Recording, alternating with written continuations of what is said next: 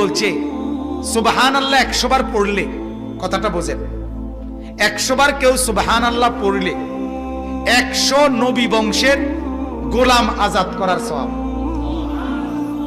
আলহামদুলিল্লাহ 100 বার পড়লে আল্লাহর নবী বলেন 100 ঘোড়া আল্লাহর রাস্তায় যুদ্ধের জন্য দান করার সওয়াব। 100 বার আল্লাহু আকবার পড়লে আল্লাহর নবী বলেন 100 উট হজ্জের মধ্যে আল্লাহর রাস্তায় কোরবানি করার সওয়াব। কয়টার সওয়াব কইলাম?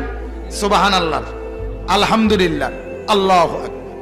এরপরে নবী বলেন 100 বার যে পড়বে লা ইলাহা ইল্লাল্লাহ, বলেন,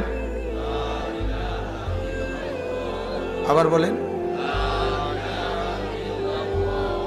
লা ইলাহা ইল্লাল্লাহ।